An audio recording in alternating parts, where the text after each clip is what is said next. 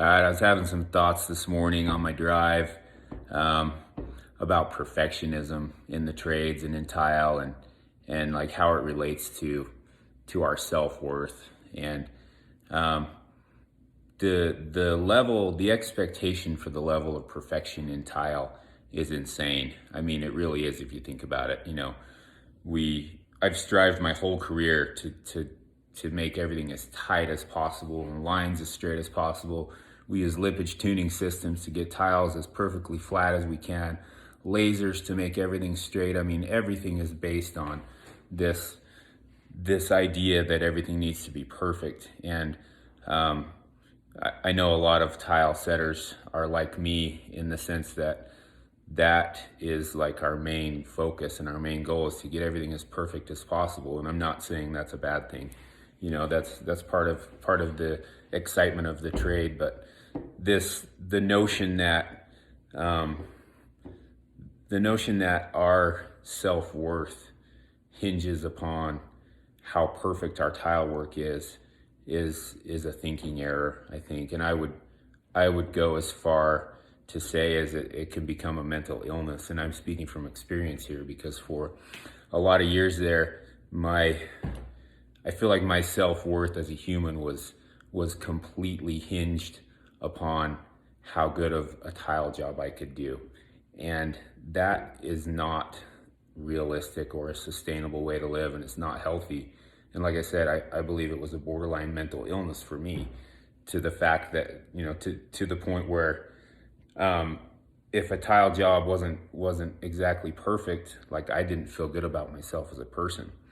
I remember times when I'd have a tile that was a little bit crooked or a little bit, sticking up past the next one, and I'd text my wife a picture and be like, "Do you think that looks okay?" She'd be like, "Yeah, it looks fine. When are you coming home?" Fine? Zoom in. Can you not see that get 2 inches away from it and you can see that there's lippage the thickness of a Home Depot gift card? What do you mean fine? I gotta stay and fix it tonight. Sorry. Let me tell you, that's real good for your marriage. That level of like OCD obsessiveness is not real healthy. And I didn't understand that, as a younger tile setter. And even, I mean, this is not, it's not like I've overcome this completely. I still struggle with that a little bit. But I've had to learn to separate my tile work from who I am as a person. My identity is largely based on tile because that's what I spent most of my life doing. But my tile work doesn't define me. I'm a happy, fulfilled person with lots of other interests and relationships outside of tile. And it's taken some work and effort on my part to change that dynamic to where life isn't just about tile and making things perfect, and my self-worth and self-identity isn't completely wholeheartedly based on my tile work. And a little story. So in like 2012, I would say it was the highlight, like the prime, time of my level of OCD obsessiveness with my tile work. It was like the peak of my extreme, I don't know what you want to call it. It was bad. I was so obsessed with perfection and details, and like if things weren't perfect, I was worried that I wouldn't be liked, or that my clients wouldn't like me, or that I wouldn't get more jobs, and kind of mentally ill in a way, I guess you could say. So 2012, the peak of this messed up thinking for me regarding tile and perfection. So my wife gets a brain tumor and she has all these complications with it. And fortunately, she's okay now. That's a whole nother story that I'm not going to get into right now. But I end up having to take a couple months off of work and stay at home and take care of my wife and the kids. And at the time, I didn't realize what I was feeling and going through. Now, 12 years later, looking back, it's crystal clear to me what was going on. So I'm all of a sudden thrust into this position where I'm not able to do tile work, the one thing that makes me who I am, Instead, I'm having to be at home and take care of the kids and take care of my wife and do things that I don't feel like I'm good at. And my self-worth all of a sudden feels really shallow, and I don't have anything going on that makes me feel fulfilled. And I got really depressed, and it led me down a really dark path, which included some addiction and, really self-degrading thoughts, and just it was not a good time for me. It was a dark time. And looking back, I can see that I think a lot of that was because I was basing my self-worth on what I could create and what other people, I thought that other people valued me for my skills as a tile craftsman and not as just who I am as a good human. So, and if you've ever been on the Facebook tile groups,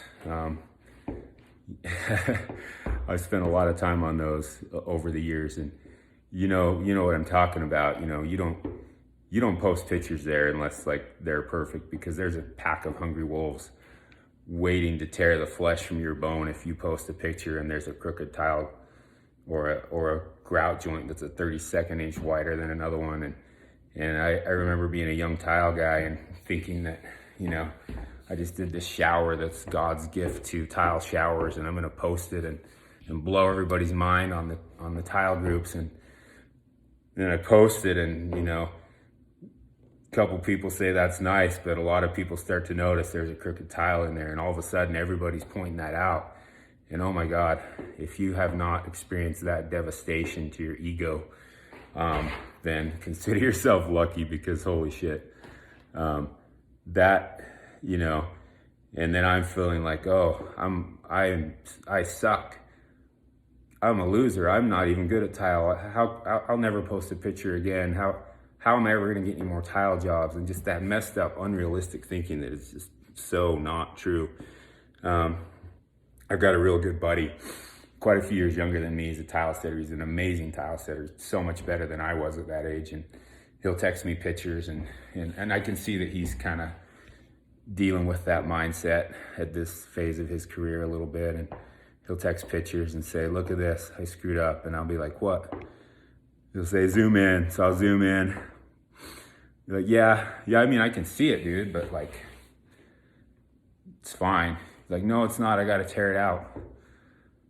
Don't tear it out, dude. Nobody in the world can see that except you and me, and nobody gives a shit except you and me, and I don't even give a shit. It's just you. Like, don't tear it out, bro. It's fine. Let it go. So I'm not saying don't do a good job, and don't try to make your jobs perfect, but there's got to be some balance there. There's got to be some moderation, and maybe this doesn't apply to everybody. This is something that I have had to change in my life just so that I can have peace and be happy. My tile work is important to me. It's very fulfilling, and I love perfection, but I also am a happy, healthy person who has other interests and other hobbies and things that fill my cup outside of tile. If tile was taken away from me right now, like say I got injured or something and I couldn't do tile anymore, like that would leave a big hole in my heart, that it might leave a void that would be hard to fill, but I would fill it, because I've decided that I want happiness in my life and peace, and I would find another way to get the gratification and happiness that tile brings me. I hope that I could. And I guess my whole point, the reason I was even thinking about this is Zalige tiles. So back to Zalige tile. Zalige tile, and this job especially with the fat grout line, goes against like everything, that I've worked over all these years to perfect, and it's none of those things. And I love that I can still do it, and it looks good, and I like it, and I can create a beautiful finished product. And there's something so liberating about that. So if you're hating on Zalige, maybe you just don't understand it yet, or maybe you just whatever. Who cares? So that's my rant for today. My inspirational talk, whatever you want to call it. Some thoughts from the heart. Don't get too caught up in this idea that everything is perfect. You know, life isn't perfect. We can try to make it perfect, but it never will be. You gotta be okay with that, and love yourself for who you are, and not just for what you can create. So, hope that's helpful to someone.